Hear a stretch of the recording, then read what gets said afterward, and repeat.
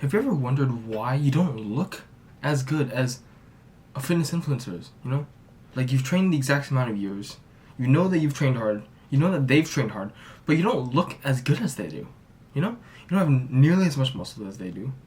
And your muscles don't look the same. Like, what is going on? Like, you're training the same, right? You're putting in, like, pretty much the same. Assuming that you follow their training split, you eat what they eat. But, of course, that's not going to happen. But food doesn't really determine what your muscles look and how much muscle you have, unless you're deficient in, like, something. And if you're not deficient in anything, then there should be no issues. But if you're training hard, the food you're getting is sufficient. What's going on? Like, why don't I have as much muscle? Like, what is going on here? Like, say you have everything dialed in, but nothing's the same. Like, it's not the same. Like, what is this? What is this? This is genetics. I don't mean genetics as a one-all excuse for everything. Oh, you don't have as much muscle. Genetics. You know your muscles don't look as good. Genetics. You're fat. Genetics.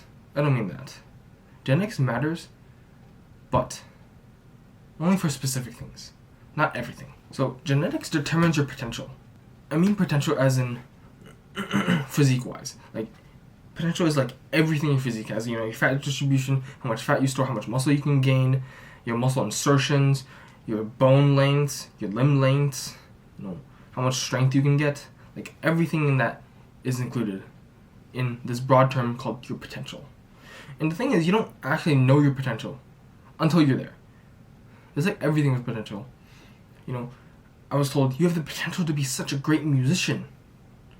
But it wasn't actualized. It wasn't real. It was like, you could if you went this path. But I didn't. I went another path. And so that potential never existed. And things, potentials don't really exist until you get there. Until you reach it. That's when potentials actually exist. Otherwise, they don't exist. First factor that your genetics influence is how much muscle you can actually gain. Like, how much muscle you can fit on your frame.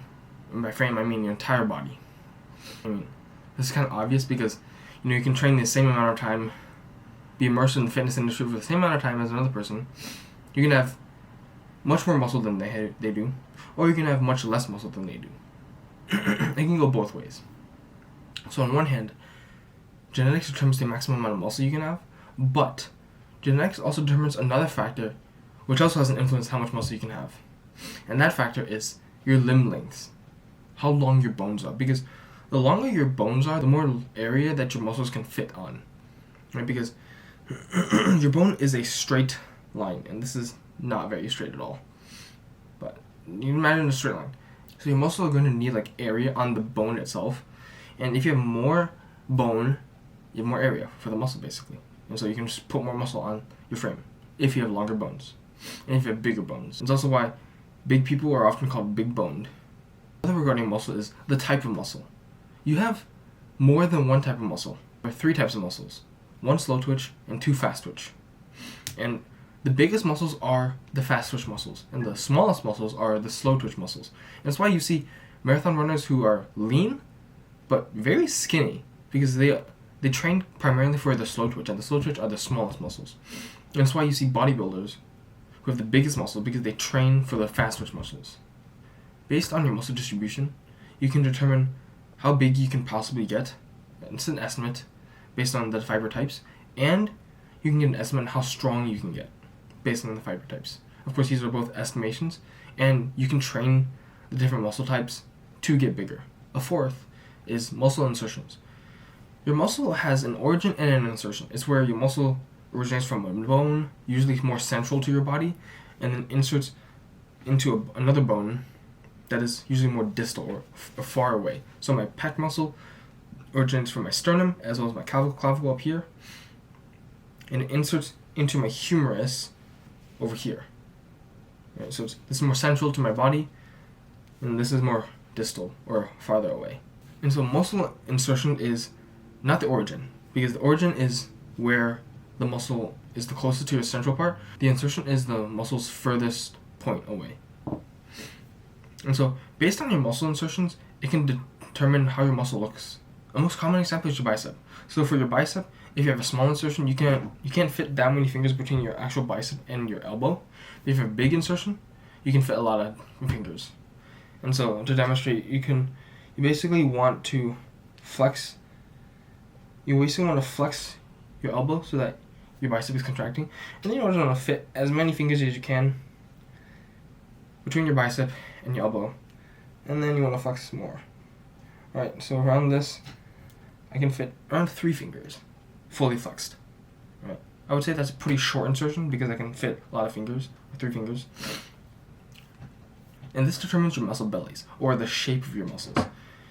With a shorter insertion, or a shorter muscle length, as I gain more mass in my bicep, it will peak more. And if someone has a longer bicep, then they'll need more muscle for it to have a nice peak.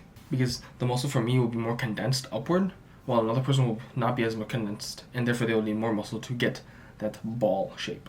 Another is your limb length. And I've elaborated into this with your bone lengths and how much muscle is influenced by your bone lengths.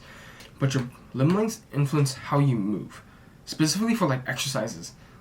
If you have long femurs, I'm sorry, but deadlifts and squats may not be in the cards for you because deadlifts are best with short femurs. Squats are best with short femurs. Longer femurs means that you need to bend more of your knees, thus making your knees more forward than it should be, or it is most optimal. And so I have a friend who has long ass femurs, and when he does conventional deadlifts, his knees are over the bar. Like, his knees are way past over the bar. And now he switched to sumo, and it's been very good for him. The 7th is fat distribution. So fat distribution is how your body stores fat. So say I'm in a calorie surplus. There are specific areas that my body will put fat on first before putting fat in other places. So for me, I might store fat immediately in my back. I might store fat immediately in my shoulders, my arms, my legs, my abdomen, my glutes. It was pretty nice. But fat distribution is where your body stores fat. And on the flip side, there's also fat distribution in terms of where your body removes fat first or burns fat first. So your body might store fat in your back first, but then it might burn fat in your abs first. So it's different. And then number 8 is how many fat cells you have.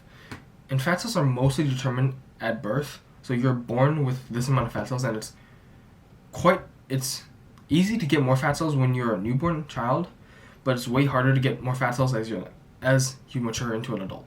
And so it's not that you're gaining more fat cells whenever you get fat. It's just that the fat cells expand. They fill up, essentially. And so the more fat cells you have, the more culpable you are to get fat. Because your body has this amount of fat cells, and it wants to be in homeostasis. It wants to basically satisfy those fat cells, and therefore it will try its best to satisfy the fat cells. So you will you will need to be more fat than someone else who has less fat cells. And the thing is, with fat determines your hormones. Fat produces hormones. And so if you are born with more fat cells, your body is balanced in a way that with that many fat cells, it produces a certain amount of hormones with like that amount of fat cells. But if you have less fat cells than that, then it doesn't produce as many hormones. And so when you compare that with someone who has less fat cells total, that person may have less fat cells, but they can still produce the same amount of hormones as you do. And therefore they can maintain a lower body fat percentage. Because when you lower your fat cells to their amount of fat cells, they produce more hormones than you do. And therefore you feel more hungry, you feel more tired, you feel more drained. And therefore it's much harder for you. So finally, there are neurological adaptations. And these are basically how your brain learns. Right? So like plasticity is how fast you can adapt to something. And so there's plasticity with exercises. People can learn exercises really fast. People can learn exercises really slowly. People have different plasticities. And over time when you train, you will develop neurological adaptations to get better at an exercise. You can recruit more fibers during an exercise. And that's part of neurological adaptations. If you have good neurological adaptations, meaning that you can adapt much more quickly, you will get stronger, much stronger. And so these are 9 things that are influenced by your genetics. And none of them are small things. And it's really easy to just think, oh, I have bad genetics, I'm bad at all 9 of these, I have no good muscle insertion, my limb lengths suck, I have don't learn as quickly. I have shit fat distribution. I have shit everything. But you don't know that.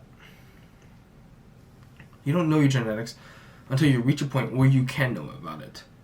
You don't know how much muscle you can get until you get there, until you reach your maximum. I mean, you do know your limb lengths, basically, because, after a certain point, your limbs are set at a set length. And so you can know how your limb lengths affect your movements, and also you can know your muscle insertions. But the most important thing is to not get discouraged, because it's all potential. It's all potential. You may have long ass femurs, but you can also squat. You may also be able to squat so much, even with your long ass femurs. Your body may come up with a way to compensate. Who knows? Your genetics influence your potential, but your potential is only potential. It's not visible. You don't know it.